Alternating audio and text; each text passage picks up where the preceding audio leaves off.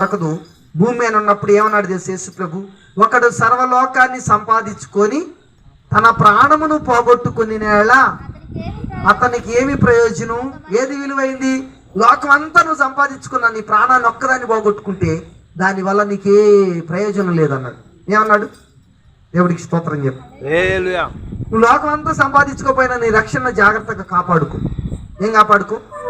దేవుడు నీకు ఇచ్చిన రక్షణ చాలా విలువైనది. ఇది శాశ్వతం కాదు, నేను చెప్తున్నా. దేవుడికి స్తోత్రం చెప్పండి. ఎవరు ఎప్పుడు ఎలా వెళ్ళిపోతామో తెలీదు. ఇది శాశ్వతం కాదు. నీకు ఇచ్చిన రక్షణ జాగ్రత్తగా కాపాడుకో.